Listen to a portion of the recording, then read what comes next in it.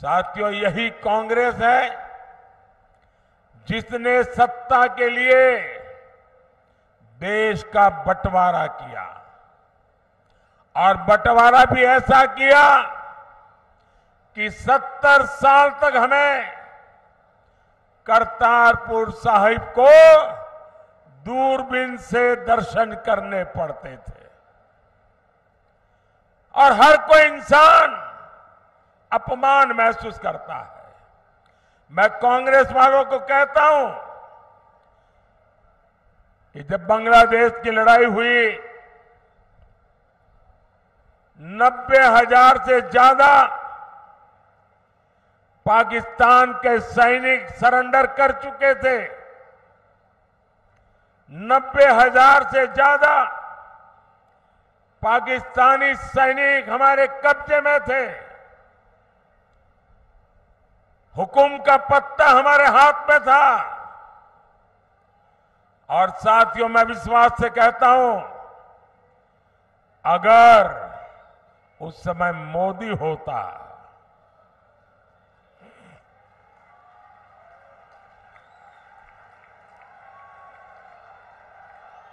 अगर उस समय मोदी होता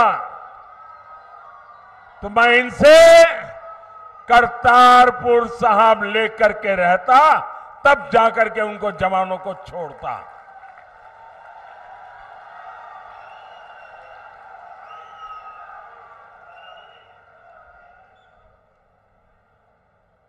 वो तो नहीं कर पाए, लेकिन मुझसे जितनी सेवा हो सकी, क्योंकि गुरुओं की सेवा इससे बड़ा कोई धन भाग्य नहीं होता है। आज करतारपुर साहिब कॉरिडोर आपके सामने है। हमारे सभी श्रद्धालु गर्व के साथ वहां जाते हैं। साथियों, हमारी सरकार ने लंगर को टैक्स से मुक्त किया। ये पहले भी ये सरकारें कर सकती थी। पहले हरमंदिर साहब में विदेशों से भक्त चंदा नहीं दे पाते थे। बार बार यहां से मांग उठती थी। दिल्ली में बैठी हुई सरकारें सुनने को तैयार नहीं थी। ये मोदी ने आकर के इसके नियमों में छूट दी और आज हमारे हरमिंदर साहब की सेवा दुनिया के किसी भी कोने में रहकर कोई कर सकता है। सिर्फ फतेहगढ़ साहिब तो साहबजादे के शौर्य और शहादत का साक्षी रहा है। ये मोदी सरकार है जिसने साहबजादों के शौर्य के लिए समर्पित वीर बाल दिवस घोषित किया। और कुछ लोगों को समझ नहीं आ रहा है कि वीर बाल दिवस घोषित करने का मतलब क्या होता है। मुझे दुख है कि पंजाब में भी ऐसे लोग हैं जिनको इसकी कोई समझ नहीं है। पंजाब के अंदर इस महान त्याग तपस्या के लिए मैं पंजाब में रहा हूं। कई दिनों तक हमारी माताएं बहनें, हमारा परिवार व्रत रखता है, जमीन पे सोता है। कितना महत्वपूर्ण श्रद्धा का विषय है। लेकिन हिंदुस्तान में केरल में जाइए, उनको कुछ पता नहीं। तमिलनाडु में जाइए, कुछ पता नहीं। आसाम में जाइए, कुछ पता नहीं। इतना बड़ा त्याग और बलिदान और मेरे देश के लोगों को पता नहीं है। ये मुझे बहुत खटकता था। मैं चाहता हूं हिंदुस्तान के हर बच्चे के दिल दिमाग में साहबजादों का बलिदान हमेशा हमेशा रहना चाहिए। किसी भी बालक मन के लिए इससे बड़ी कोई प्रेरणा नहीं हो सकती।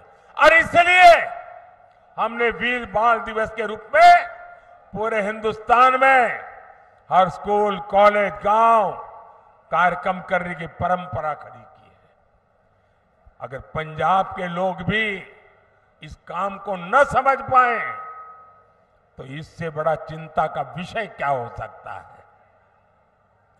आपको याद होगा अफगानिस्तान में हमारे सिख परिवार संकट में थे।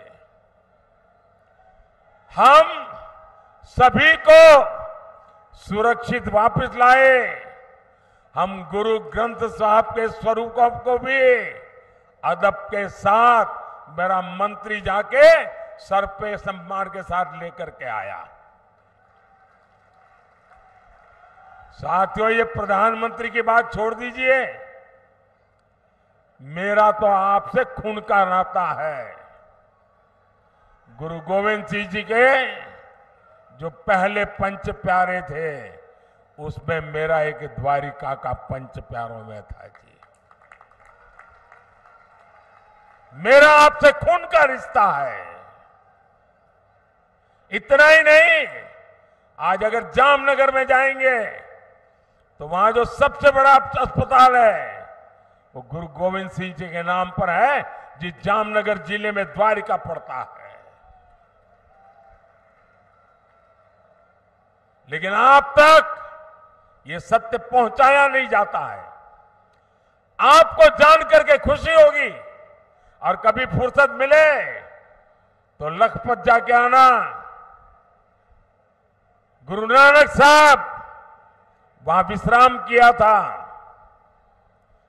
वो गुरुद्वारा भूकंप के अंदर क्षतिग्रस्त हो गया, करीब करीब ध्वस्त हो गया। मैं मुख्यमंत्री था, मैंने कहा मुझे वैसा ही गुरुद्वारा बनाना है जो गुरु नानक देव जी के समय के साथ। अब मेरे पास उसके लिए बनाने वाले लोग नहीं थे। मैंने देश भर में खोजा, उसके लिए मैं मिट्टी लाया, उन आर्टिजन को लाया जो बना सकते थे। और आपको खुशी होगी, आज कच्छ के रेगिस्तान में आखिरी गांव में लखपत में मैंने वो गुरुद्वारा वैसा ही बना दिया जैसा पहले था। और आज उसका मैं विस्तार भी कर रहा हूं। वहां कोई वोट नहीं है। ये वोट के लिए मोदी नहीं करता है, श्रद्धा है इसलिए कर रहा है। गुरुओं के त्याग बलिदान के प्रति ये सर झुकता है मोदी का, इसलिए कर रहा है।